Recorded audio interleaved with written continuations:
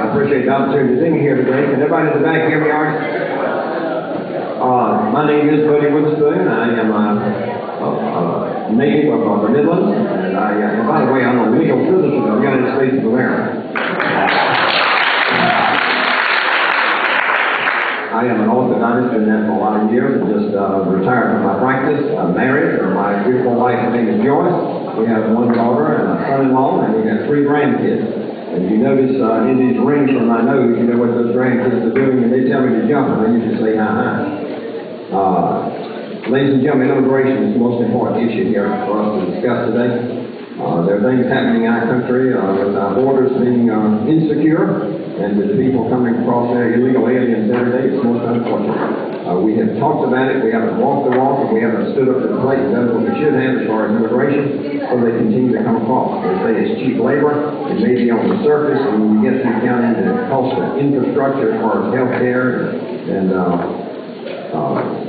law enforcement and schools, and by the way, it's one thing people don't talk about very much, and it's called gangs. Anybody heard about gangs in South Carolina lately? A lot of them here, and it's going on.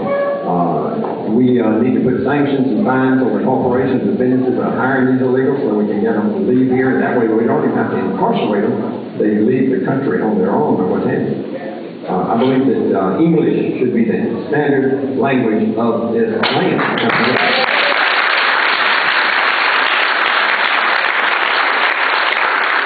We need to revisit some of the federal mandates that give benefits to these illegals, and that they didn't pay anything into the system, but yet they're getting benefits out of it, Social Security and all. I don't think that's in the best interest of South Carolinians or Americans as such.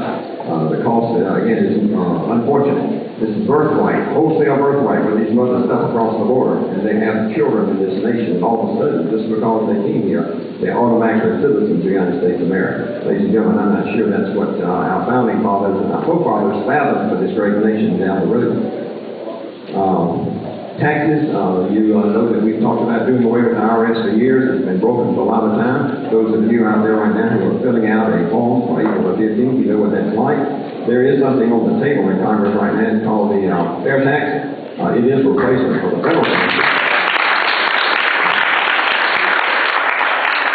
It is a replacement, not an addition, and it is a consumption tax so that when you buy, you pay. It's right now talked about 23%.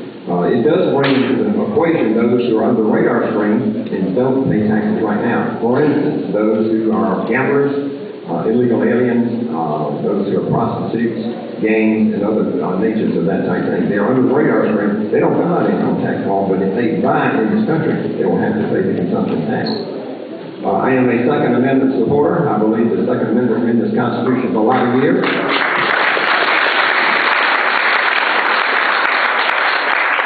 I believe that we do have the right to bear arms, and it's my hope and prayer that the United States Supreme Court will come down on the right side of this thing, is where they're considering the Washington, D.C. ban right now. We hope it comes down in the best way it should. Moving right along, I'm a veteran, by the way. I served as a dentist in the United States Navy. However, I didn't know much about the Navy anymore because I was attached to the Marines the whole time, but it was a great tour and I enjoyed it. By the way, ladies and gentlemen, I support our men and women for the armed forces 100% when they're in harm's way. No question about it.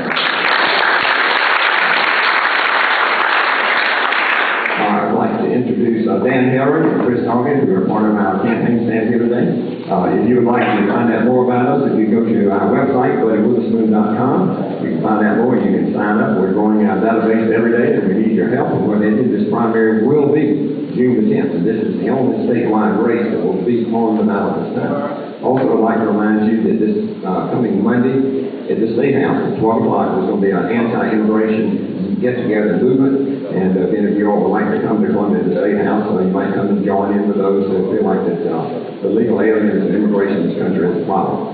This campaign will be run in tradition of the late great Senator Strom Thurmond. Anybody remember him?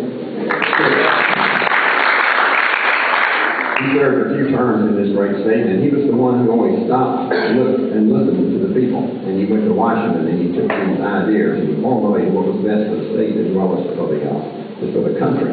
And I would follow those traditions. I cannot walk in his shoes, but I can certainly follow his footprints and his footsteps to try to do what's best for South Carolina. And I will tell you, if you send me to the United States Senate as your next United States Senator, you will get constituent service. Second to none, because ladies and gentlemen, I think we've been lacking. South Carolina is most important to me. When I see those grandkids and my daughter and the future generation, those are the ones that we need to stand up for today for what's best for the Mars and what have you. Again, I thank you for the opportunity to be here today. I've seen an awful lot of friends and people. I appreciate the opportunity to be here. And we'll still be here for a while before the meeting's over, so you come and visit with us. I think I visited with most of you before the meeting. Thank you for what you do to make America and South Carolina the great state, the great nation that it is. May God bless you, and may God continue to bless the United States of America. Land of the free.